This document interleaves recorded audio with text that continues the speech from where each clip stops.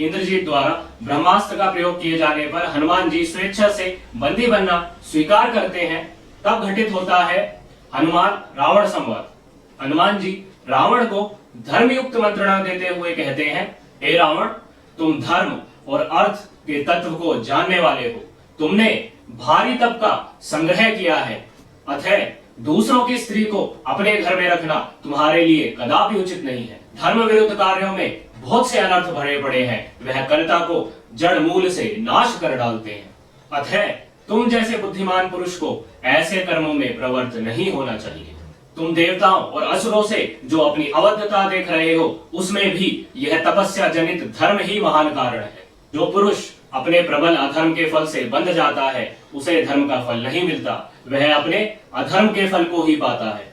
किंतु यदि उसने अधर्म के पश्चात किसी प्रबल धर्म का अनुष्ठान किया, तो उसके पूर्व के अधर्म के फल का नाश हो जाता है।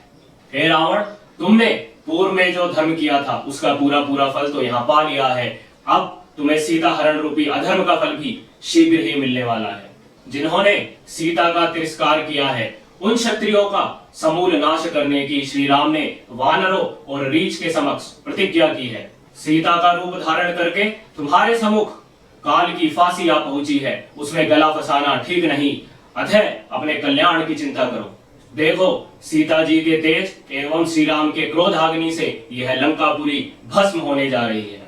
हनुमान जी की धर्मयुक्त वाणी भी राक्षस राज रावण को अप्रिय लगी और वह क्रोध से भर उठा और उसने राक्षसों को आदेश देते हुए कहा, इस वानर का वध कर दो। तब बुद्धिमानों में श्रेष्ठ देवगुरु बृहस्पति के तुल्य श्रीमान विभीषण ने अपने ज्येष्ठ भ्राता को रोकते हुए कहा, हे भ्राता, आप तो परमार्थ के ज्ञाता हैं, राजधर्म के विशेषज्ञ हैं। यदि आप भी रोज के वशीभूत हो जाएं, तो समस्त शास्त्रों का पांडित्य प्राप्त करना केवल एक श्रम ही होगा।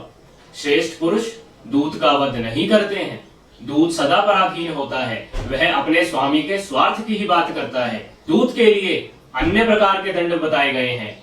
यदि प्राण दंड ही देना है, तो इनके स्वामियों को ही प्राण दंड देना चाहिए, जिन्होंने इसे दूत बनाकर यहाँ भेजा है।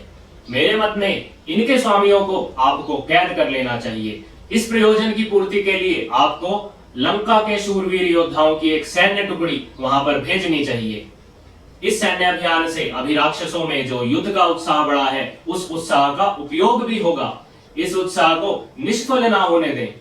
सतोगुण संपन्न विभीषण के नीति वचन का रावण पे यह अवश्य प्रभाव हुआ कि उसने दूत की अवध्यता को स्वीकार किया। हनुमान जी को प्राण दंड देने का निर्णय उनके अंग भंग करने, उनकी पूंछ में आग लगाने के निर्णय में परिवर्तित किया। परंतु रावण के इस निर्णय की परिणति क्या हुई? लंका वासियों को अग्निदेव के ज्वलंत स्वरूप के दर्शन करने का दुर्भाग्य प्राप्त हुआ। स्वर्णिम लंका जो रत्न मणि रत्नों से विभूषित थी, गगन भेदी प्रसाद भवन महल क्षण भर में ही धूमिल हो पृथ्वी में मिल गए। त्राही त्राही करते राक्षस अपनी जीवन रक्षा के लिए अपने महलों में लगी आग को बुझाने के लिए इधर उधर भागने लगे। उनके मुख से यही वाक्य निकल रहे थे, यह वानर साक्षात अग्निदेव का रूप है। महर्षि वाल्मीकि ने वर्णन किया है, जिस प्रकार भगवान रुद्र ने, भगवान शिव ने त्रिपुर को दग्ध किया था, उसी प्रकार वानर हनुमान ने लंका का दहन कर दिया था। जब यह सब घटित हुआ, तो लंका वासियों ने स्वयं यह कहा कि यह अग्नि नहीं कालाग्नि है। क्या सोचकर, क्या विचार कर, किस न्यायकारी बुद्धि से महाराज रावण ने यह निर्णय किया कि इस वानर की पूंछ को अग्नि को समर्पित किया जाए। जब रावण के आदेश पर हनुमान जी की पूंछ में आग लगाई जाती है, तो हनुमान जी समस्त लंका का दहन कर देते हैं। किंतु इस कृत्य को करने के पश्चात श्री हनुमान जी के मन में वैचारिक मंथन भी प्रारंभ होता है। क्या था वह वैचारिक मंथन? कि मैंने संपूर्ण लंका नगरी में आग लगा दी है, किंतु लंका नगरी में ही तो माता सीता भी निवास करती हैं। यह अग्नि उन्हें भी तो क्षति पहुंचा सकती है। वह अपने इस कृत्य पर पुनर्विचार करते हुए यह पाते हैं कि मैंने जो यह कर्म किया, उसके 3 कारण हैं। क्रोध, रजोगुण, वानर की चपलता। उनके मस्तिष्क में विचारों का प्रवाह आ जाता है। क्या थे वह विचार? वे विचार थे, क्रोध के वशीभूत होकर कौन मनुष्य पाप नहीं करता? कौन सा ऐसा कर्म है जो क्रोध के लिए करना असंभव है? जो महात्मा पुरुष उठे हुए कोप को अपनी बुद्धि के द्वारा रोक देते हैं, वे ही श्रेष्ठ हैं। ये रजस कार्य साधन में असमर्थ और अव्यवस्थित है, इस रजोगुण को धिक्कार है। मैंने इस रजोगुण के कारण ही सीता जी की रक्षा नहीं की। ऐसा कृत्य करके मैंने वानर की चपलता का ही परिचय दिया है। ऐसा कृत्य करके मैंने धर्म और अर्थ के संग्रह को भी नष्ट कर दिया है। उनके मस्तिष्क में यह विचार भी कौंधते हैं कि जिस कार्य के लिए मैं लंका आया था वह कार्य ही जब मैंने नष्ट कर दिया तो मैं वापस जाकर क्या करूंगा? मैं वापस लौटकर महाराज सुग्रीव और श्री राम को क्या मुंह दिखाऊंगा? क्यों ना मैं स्वयं अपना शरीर इस जलती हुई अग्नि को समर्पित कर दूं या समुद्र के जीव जंतुओं को अपना शरीर समर्पित कर दूं। यह वैचारिक मंथन वाल्मीकि रामायण में वर्णित दूसरा प्रमाण है श्री हनुमान जी के सतोगुणी होने का। वह रजोगुण को धिक्कारते हैं, परंतु शास्त्रों के अनुसार यह भी सत्य है कि जिस व्यक्ति में रजोगुण अत्यंत प्रबल होता है और बुद्धि पर निवास करता है वह मनुष्य अपने रजोगुण पर प्रश्न चिन्ह नहीं लगा सकता। हनुमान जी के मस्तिष्क में उठे इस वैचारिक द्वंद्व की परिणति यह होती है कि वे माता सीता की कुशलता का निरीक्षण करने पुनः अशोक वाटिका जाते हैं। जब वह माता सीता को सकुशल पाते हैं तब वह चिंता मुक्त हो वापस लौट जाते हैं। उधर रावण लंका के हुए विध्वंस के पश्चात अपनी राक्षसों की राजसभा बुलाता है। इस राजसभा का उद्देश्य यह है कि रावण अपना कर्तव्य निश्चय करना चाहता है कि इस लंका विध्वंस के प्रति उत्तर में उसे युद्ध करना चाहिए या नहीं करना चाहिए। इस राज्यसभा में अपने राक्षसगण, अपने अमात्यगण, अपने मंत्रीगण से मंत्रणा लेने से पूर्व रावण उन्हें 3 प्रकार के मंत्र का उल्लेख करता है। यह 3 प्रकार के मंत्र मंत्रियों द्वारा राजा को दी गई मंत्रणा के ही प्रकार हैं। उत्तम मंत्र, मध्यम मंत्र, अधम मंत्र। उत्तम मंत्र वह है जहां शास्त्रानुकूल दृष्टि से सभी मंत्री एक मत होते हैं। मध्यम मंत्र वह है जहां प्रारंभ में मंत्रीगण में मतभेद होते हैं परंतु अंत में वे मंत्रीगण एक मत होते हैं। अधम मंत्र वह है जहां मंत्रीगण भिन्न भिन्न बुद्धि का आश्रय ले स्पर्धा पूर्वक भाषण करते हैं परंतु अंत में एक मत हो जाते हैं, परंतु उस एक मत होने से भी किसी कल्याण की आशा नहीं होती, उसे अधम मंत्र कहते हैं। इन 3 प्रकार के मंत्रों का उल्लेख भगवान राम एवं भरत के मध्य हुए संवाद में भी मिलता है। रावण 3 प्रकार के मंत्रों के साथ साथ 3 प्रकार के पुरुषों का भी वर्णन करता है। उत्तम पुरुष, मध्यम पुरुष, अधम पुरुष। यह 3 प्रकार के पुरुष राजा के प्रकार हैं। उत्तम पुरुष वह है जो अपने मित्र, बंधु बांधव, हितकर पुरुषों से मंत्रणा करके कर्तव्य का निश्चय करता है। मध्यम पुरुष वह है जो अकेला ही गुण दोष पर विचार करता है, अकेला ही धर्म अधर्म का निर्णय करता है और अकेला ही उस कर्तव्य का क्रियान्वयन करता है। अधम श्रेणी का पुरुष वह है जो देव का भी आश्रय छोड़ देता है, गुण दोष पर विचार भी नहीं करता, सिर्फ यह सोचता है कि मैं करूंगा और अंत में कार्य की उपेक्षा कर देता है, वह अधम पुरुष है।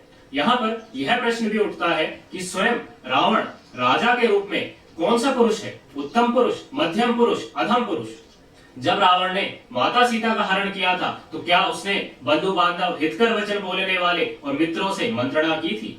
यह सारा कार्य उसने स्वयं गुण दोष पर विचार कर स्वयं धर्म अधर्म का निश्चय कर किया था। यह भी उल्लेखित है कि मामा मारीच से वह अपने कार्य के क्रियान्वयन में सहभागिता मांगने गया था, गुण दोष पर विचार नहीं किया था। और जब मामा मारीच ने गुण दोष पर उसे नीति वाक्य कहे थे तो उसने यही कहकर विरोध किया था कि मैं आपसे गुण दोष नहीं पूछता, मैं आपसे सहभागिता चाहता हूँ और यदि तुम सहभागिता नहीं करोगे तो तुम्हारे पास 2 ही विकल्प हैं, या तो राम के हाथों मरो या मेरे हाथों मरो। स्वयं वह मध्यम पुरुष है। अधम पुरुष इस कारण से नहीं है क्योंकि उसने माता सीता के हरण के कार्य के क्रियान्वयन की उपेक्षा नहीं की।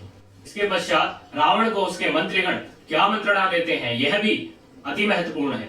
वह मंत्रीगण उसे धर्मयुक्त मंत्रणा नहीं देते, अपितु वह मंत्रीगण उसे पूर्व के हुए सैन्य अभियानों में मिली विजय का स्मरण कराते हुए कहते हैं, हे महाराज रावण, आपने तो देवलोक पर भी विजय प्राप्त करी है, फिर आप एक नर से युद्ध के लिए इतना विषाद क्यों ले रहे हैं?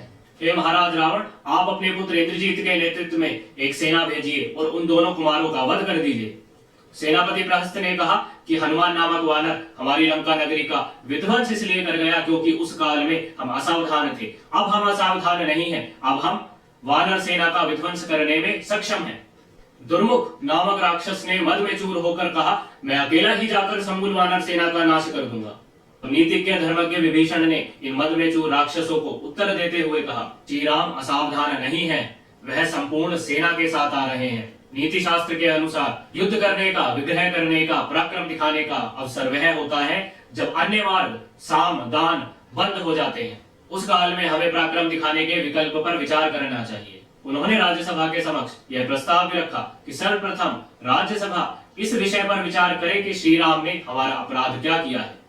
यदि यह कहा जाए कि उन्होंने खरदूषण का वध किया, तो उन्होंने खरदूषण का वध उस अवस्था में किया जिस अवस्था में खरदूषण ने उन पर आक्रमण किया था। और यह हर प्राणी का धर्म है कि वह हर प्रक्रिया से अपने प्राणों की रक्षा करने का यथाउचित प्रयत्न करे। यदि उन्होंने ऐसा किया, इसमें कुछ भी अनुचित नहीं है।